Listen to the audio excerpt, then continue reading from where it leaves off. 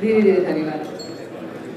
कार्यक्रमको अन्त्यतर्फ आइपुग्दा अब धन्यवाद ज्ञापनका लागि पूर्व अध्यक्षज्यूहरू, पदाधिकारीज्यूहरू, अगाडि बस्नुहुने नेपाल सरकारका श्रीमान सचिवज्यूहरू, त्यसै गरेर सिएनआईका अध्यक्षज्यू, चेम्बरका अध्यक्षज्यू तथा पदाधिकारीज्यूहरू, एनआरएनका अध्यक्षज्यू तथा पदाधिकारीज्यूहरू, नेपाल उद्योग वाणिज्य महासङ्घका पूर्व पदाधिकारीज्यूहरू, यहाँ उपस्थित कर्मचारी साथीहरूलाई पनि म धेरै धेरै बधाई दिन चाहिँ चाहन्छु र त्यसै गरेर यो कार्यक्रम चाहिँ आयोजनाको लागि चाहिँ सपोर्ट गर्नुहुने हाम्रो ब्रिजमा एडभर्टाइजको चाहिँ व्यवस्थापन पक्षलाई पनि म धेरै धेरै धन्यवाद दिन चाहन्छु। त्यसै गरेर सोल्टी होटललाई पनि यो कार्यक्रमको लागि जुन यहाँले चाहिँ सहयोग गर्नुभयो त्यसको लागि पनि म धेरै धेरै धन्यवाद दिन चाहन्छु। त्यसै गरेर पुनः एकपटक यो कार्यक्रममा आफ्नो समय निकालेर आउनुभएकोमा यहाँहरू सबैजनालाई धेरै धेरै धन्यवाद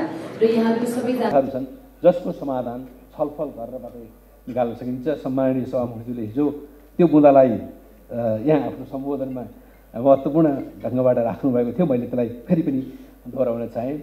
निजी क्षेत्रसँग मिलेर काम गर्दा फाइदा छ बेफाइदा छैन भन्ने कुरा हामी त्यो सञ्चार त्यो सन्देश प्रवाह गर्न चाहन्छौँ।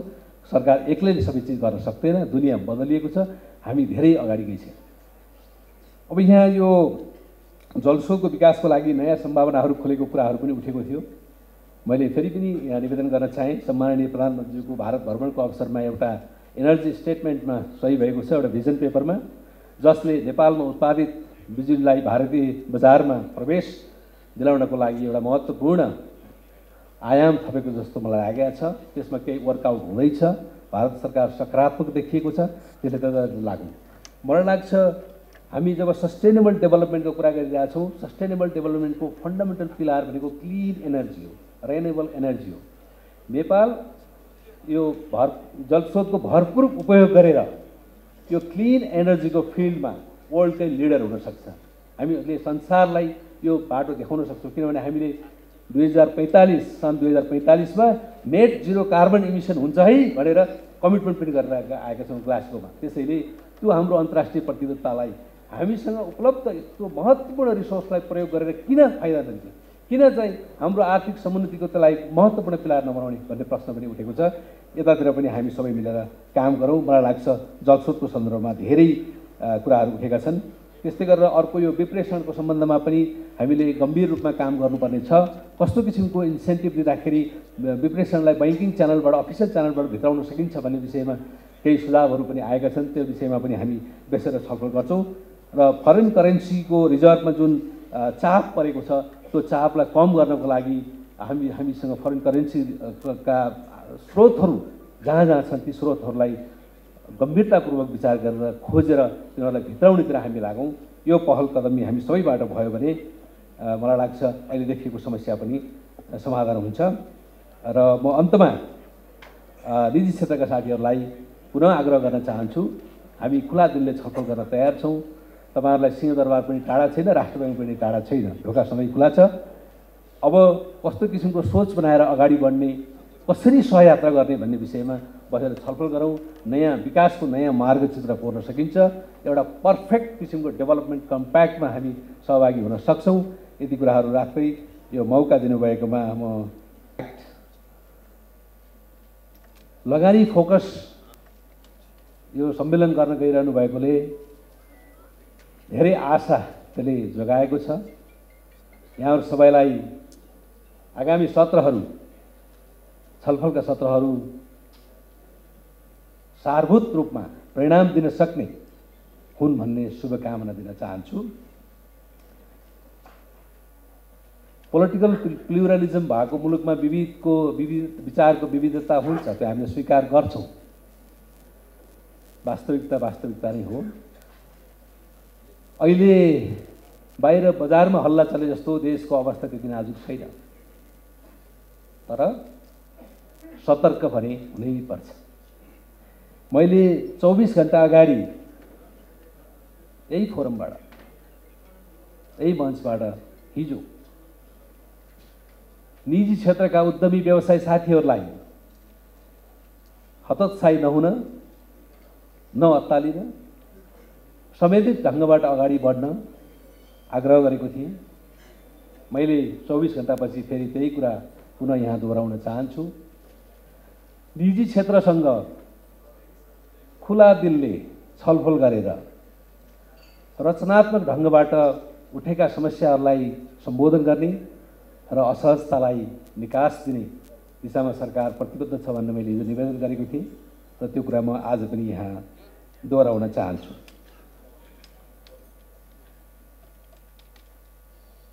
निजी क्षेत्र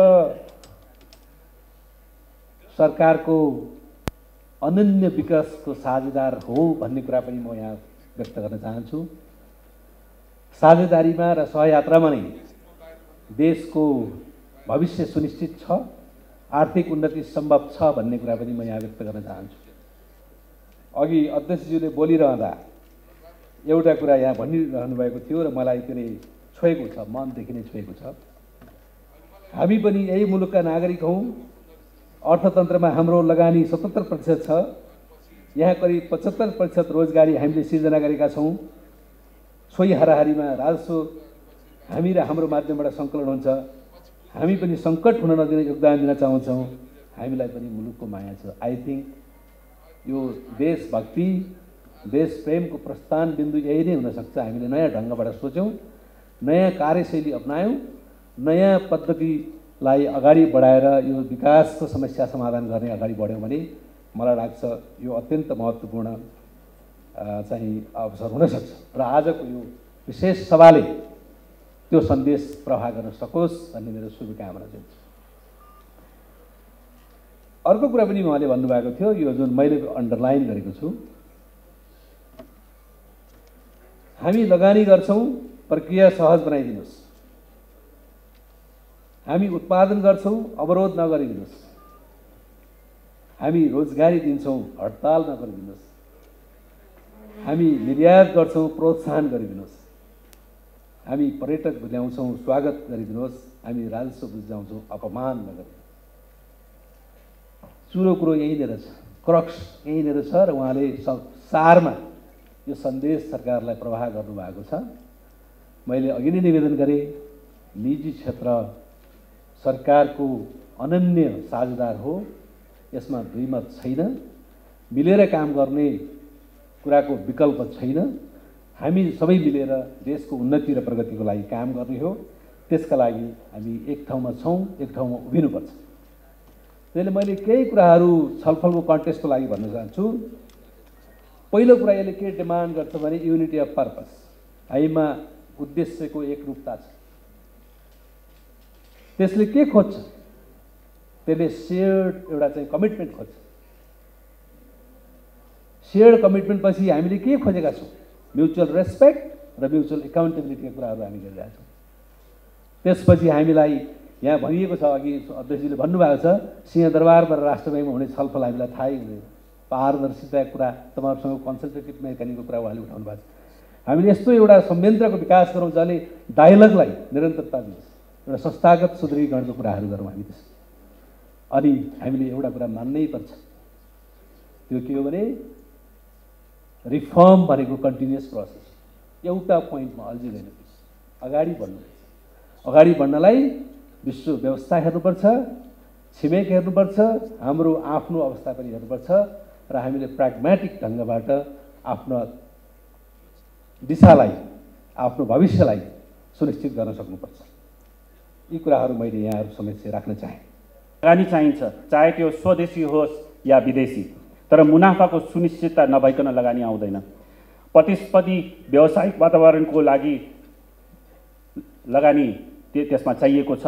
हामी कहाँ यो वातावरण बनाउने भनेको सरकार र निजी क्षेत्र मिलेर नै हो। धेरै समस्याको समाधान लगानी नै हो। त्यसैले साधारण सभामा आज हामी यही विषयमा केन्द्रित भइरहेका छौँ।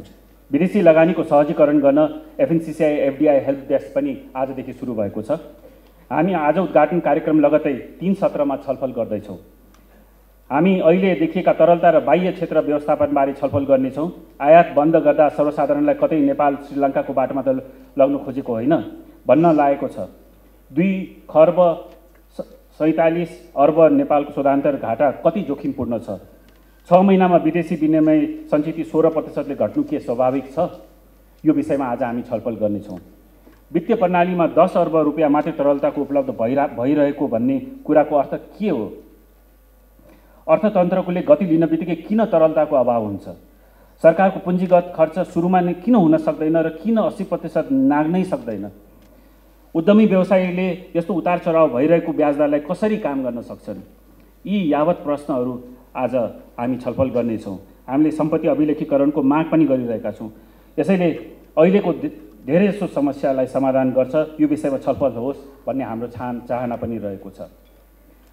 2 दशकमा अर्थतन्त्र उत्पादनमूलक उद्योगको हिस्सा 12बाट 5%मा झरेको छ। त्यसैगरी हामीले उत्पादनमूलक उद्योग विस्तारको अवरोधको रूपमा देखेको मुख्य 4 समस्याबारे आज छलफल गर्नेछौँ। त्यसमा मुख्यतया पूर्वाधार, प्रशासनिक अवरोध, पुँजीको लागतको समस्या समाधानको उपायको खोजी हामीले आज गर्नेछौँ। अर्को सत्रमा वैदेशिक लगानीको सम्भावनाको पहिल्याउँछु। वर्षको औसत 20 करोड विदेशी डलर नेपाल वितरण गरेको छ। एकै दिन विश्व व्यापार सङ्गठनको सदस्यता भएको कम्बोडियामा सन् 2021मा 4 अर्ब डलर भित्रिएको छ। अन्य अति कम विकसित मुलुकहरूमा रुवान्डा, इथियोपिया र बङ्गलादेशमा वार्षिक 2 अर्बभन्दा बढी रकम लगानी हुने गरेको छ। हामीका 3 दशकमा करिब 50 लाख मानिस गरिबीको रेखामाथि उक्लिएका छन्। जनसङ्ख्याको आधारमा हामी 49औं ठुलो मुलुक हौँ। भारत, चीन, युरोपियन युनियनमा नेपाली उत्पादनको भन्सार रहित पहुँच छ, तर पनि लगानी हुँदैन। विदेशी लगानीकर्ताले यहाँ लगानी गर्न चाहिरहेकै छैनन्। विदेशी मुद्रा आर्जनका यी विषय सम्बोधन हुन सकेनन् भने हामी समस्यामा परिराख्छौँ।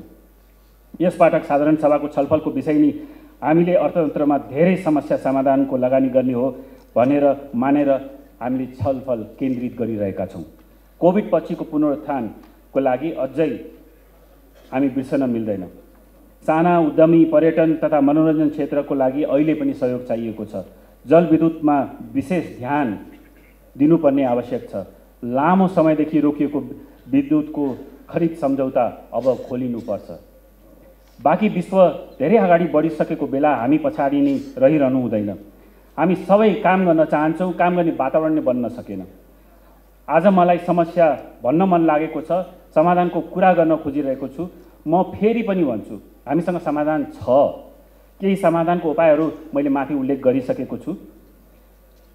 बाँकी समाधानको उपाय हाम्रो भिजन पेपरमा रहेको छ। हामी एक्लै केही गर्न सक्दैनौँ। हामीले सबैको साथ चाहिन्छ, विशेष गरी सरकारको सहयोग चाहिन्छ। हामी विस्तृत अध्ययन गरिरहेका छौँ। कार्यान्वयनमा सहकारी गरिदिनुहोस्। हामी लगानी गर्छौँ, प्रक्रियालाई सहज बनाइदिनुहोस्। हामी उत्पादन गर्छौँ, अवरोध नगरिदिनुहोस्। हामी रोजगारी दिन्छौँ, हडताल नगरिदिनुहोस्। हामी निर्यात गर्छौँ, प्रोत्साहन गरिदिनुहोस्। हामी पर्यटन लिएर आउँछौँ, स्वागत गरिदिनुहोस्। हामी राजस्व बुझाउँछौँ, अपमान नगरिदिनुहोस्।